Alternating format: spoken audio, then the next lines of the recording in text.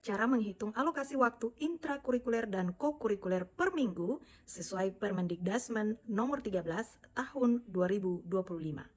Yuk simak tutorialnya ya. Untuk menghitung alokasi waktu intra dan kokurikuler untuk semua kelas di setiap jenjang, maka langkah pertama tentu Bapak Ibu harus mendownload dulu atau mengetahui Permendikdasmen nomor 13 tahun 2025 yang mengatur tentang revisi struktur kurikulum. Berdasarkan Permendikdasmen nomor 13 tersebut, Bapak Ibu bisa melihat bahwa untuk kelas 10 jenjang SMA itu mapel wajibnya ada agama, PKN Bahasa Indonesia, matematika, IPA, kemudian IPS, bahasa Inggris, PJOK, informatika, kemudian seni budaya atau prakarya.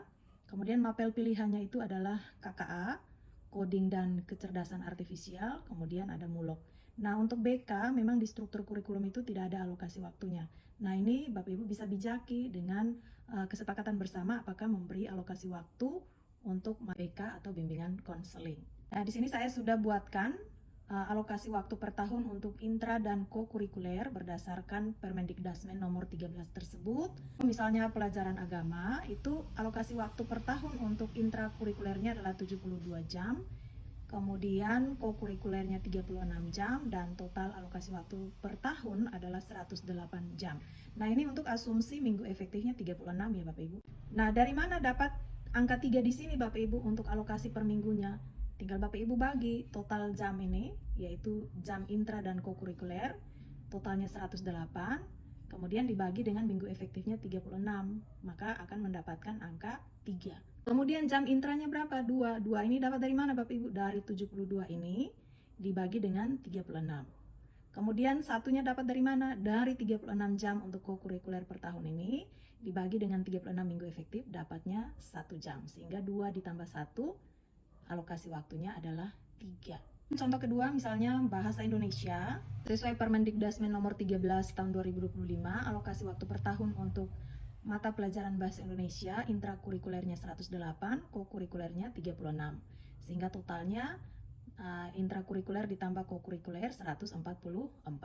Sehingga alokasi per minggunya adalah 4 jam. Didapat dari mana 144 ini? Dibagi dengan minggu efektifnya 36. Bapak Ibu bisa lihat 144 ini dibagi dengan 36, hasilnya adalah 4 JP, di mana 4 JP ini dipilah lagi ke dalam intrakurikuler, yaitu 108-nya untuk intra, maka 108 ini untuk intra dibagi dengan 36, ini hasilnya 3, kemudian untuk kokurikulernya 36 ini dibagi dengan 36 minggu, hasilnya adalah 1. Untuk mata pelajaran lain perhitungannya sama Bapak Ibu. Di sini untuk kelas 10, untuk mapel IPA di sekolah kami itu mengajarkannya sebagai mapel mandiri, sehingga kami pilih menjadi fisika, kimia, dan biologi. Demikian juga untuk IPS, itu kami melaksanakan pembelajaran secara mandiri, terdiri dari sosiologi, ekonomi, sejarah, dan geografi.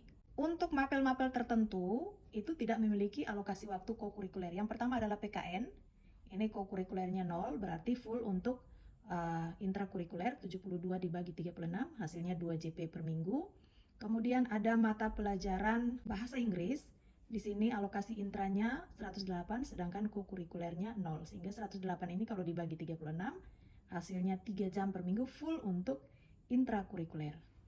Kemudian ada informatika, juga sama. Alokasi waktu intranya 72, bagi dengan 36, hasilnya 2. Seni budaya atau prakarya, kenapa atau? Karena untuk kelas 10 ini anak-anak memilih apakah ia mau belajar seni atau mau belajar prakarya.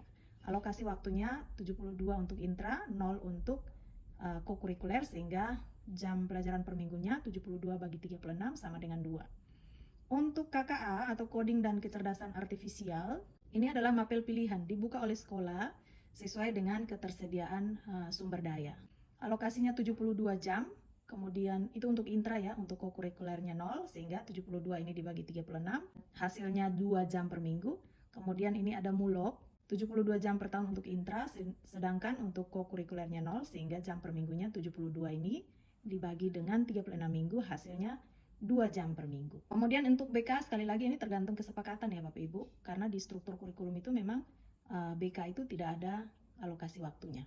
Setelah berhasil menghitung jam pelajaran intra per minggunya, kemudian jam pelajaran kokurikuler per minggunya, ternyata diperoleh untuk JP intra itu 38 jam per minggu, sedangkan JP untuk kokurikuler itu 11 jam per minggu, sehingga total jam per minggu itu ada 49 JP. Nah, Bapak Ibu dapat melaksanakan kokurikuler ini secara reguler atau secara blok. Kalau di sekolah kami itu dilaksanakan secara reguler ya Bapak Ibu, setiap minggu. Contoh distribusinya, Bapak Ibu bisa mengatur tergantung dengan kesepakatan. Ini kalau dia reguler ya Bapak Ibu. Di hari Senin itu full 7 jam untuk intra, kokurikulernya tidak ada. Hari Selasa 7 jam untuk intra, 2 jam untuk kokurikuler. Hari Rabu 7 jam untuk intra, 2 jam untuk kokurikuler. Kamis 7 intra, 2 kokurikuler. Jumat 4 intra, 2 kokurikuler.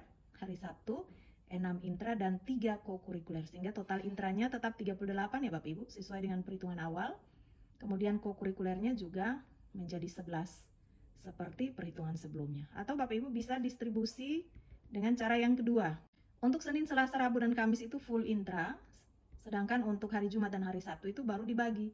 Untuk hari Jumat 3 jamnya untuk intra, 3 jam terakhirnya untuk kokurikuler. Dan di hari Sabtu itu tidak ada intranya tetapi full kokurikuler, sehingga total jam intra dalam seminggu adalah 38, ini sama dengan perhitungan awalnya ya. Kemudian total jam untuk kokurikuler adalah 11, sesuai dengan perhitungannya. Lalu bagaimana dengan kelas 11 dan kelas 12? Wajibnya ini ada agama, PKN Bahasa Indonesia, Matematika Bahasa Inggris, PJOK Sejarah dan Seni Budaya. Sedangkan mapel pilihannya sesuai dengan Permendikdasmen nomor 13 itu sekolah menyediakan minimal 7 mapel pilihan dan siswa memilih 4-5 mapel pilihan.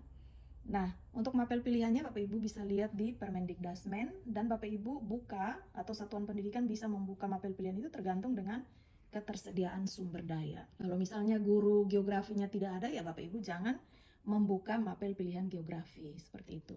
Untuk di sekolah kami itu kami membuat atau membuka 5 sekitar 13 atau 14 mapel pilihan ya Bapak Ibu. Kemudian anak-anak memilih 5 mapel pilihan. Yang pertama itu adalah 4 mapel pilihan, sedangkan pilihan yang kelima itu adalah prakarya. Kemudian kami tambahkan juga dengan BK. Kalau Bapak Ibu lihat di struktur kurikulumnya di Permendikdasmen itu sudah ada alokasi waktu intra dan kokurikuler.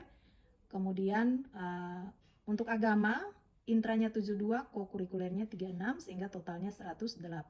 Nah, 108 ini dibagi 36, hasilnya 3. Kemudian 72 ini dibagi 36, hasilnya 2. 36 dibagi 36, hasilnya 1. Sehingga 2 ditambah 1, alokasinya untuk agama 3 JP per minggu. Nah, 3 ini terpilah ya Bapak Ibu. JP intranya 2, JP kokurikulernya 1. Begitupun dengan pelajaran lainnya. Kemudian pelajaran yang tidak ada alokasi kokurikulernya ini ada beberapa, ada PKN, kemudian ada bahasa Inggris, ada sejarah, ada seni budaya, ada mulok, dan seluruh mapel pilihan itu tidak ada alokasi untuk kokurikulernya. Sehingga kalau kita hitung, alokasi waktu per minggu ini untuk keseluruhan intra dan kokurikuler itu adalah 48 jam. Nah, 48 jam ini terbagi lagi untuk intra itu adalah 44 jam, sedangkan kokurikulernya adalah 4 jam, sehingga 44 ditambah 4 totalnya 48. Nah, untuk sekolah kami sekali lagi itu kami reguler, dan pelaksananya terserah Bapak Ibu mau lakukan di hari apa. Kalau kami rencana di hari Kamis, ini yang intranya 5, kokurikulernya 4, sedangkan hari lainnya full untuk intrakurikuler, sehingga totalnya 44 jam untuk intra dan 4 jam untuk kokurikuler di hari Kamis. Nah, untuk kelas 12 ini sama persis dengan kelas 11. Yang membedakan hanya minggu efektifnya. Struktur kurikulumnya sama dengan kelas 11 Bapak Ibu, yang membedakan hanya alokasi intra dan kokurikulernya untuk total tahunannya. Kenapa? Karena minggu efektifnya cuma 32. Sedangkan alokasi per minggunya itu sama persis dengan kelas 11. Untuk agama misalnya, intranya 64 itu dibagi 32, hasilnya adalah 2. Kemudian kokurikulernya 32, dibagi 32, hasilnya 1. Jadi jamnya tidak berubah ya Bapak Ibu untuk mingguannya. Yang berubah adalah alokasi waktu per tahunnya. Kenapa? Karena minggu efektif untuk kelas atas itu adalah 32 minggu. Sehingga untuk kelas 11 dan 12 itu sama persis. Total JP intranya 44, JP kokurikulernya 4, sehingga keseluruhannya ada 48. Dan distribusi regulernya tinggal Bapak Ibu atur menyesuaikan dengan kondisi satuan pendidikan. Untuk perhitungan SMP maupun SD itu caranya sama Bapak Ibu. Sekali lagi Bapak Ibu lihat mapel di struktur kurikulum sesuai Permendikdasmen nomor 13 tahun 2025. Kemudian ini palingan Bapak Ibu hanya perlu mengganti mapelnya, kemudian alokasi per tahunnya, itu sesuai dengan struktur kurikulum masing-masing. Nanti alokasi waktu per minggunya sekali lagi Bapak Ibu dapat dari total ini masing-masing dibagi dengan minggu efektif. Kemudian JP intranya itu nanti Bapak Ibu dapat dari alokasi waktu tahunan untuk intra dibagi minggu efektif, sedangkan JP kokurikulernya dapat dari alokasi waktu tahunan untuk kokurikuler dibagi dengan minggu efektif. Sekali lagi di struktur kurikulum tersebut, minggu efektif untuk kelas atas, misalnya kelas 6, kelas 9 dan kelas 12 itu 32 minggu. Sedangkan untuk kelas lainnya itu selalu sama, yaitu asumsinya 36 minggu efektif.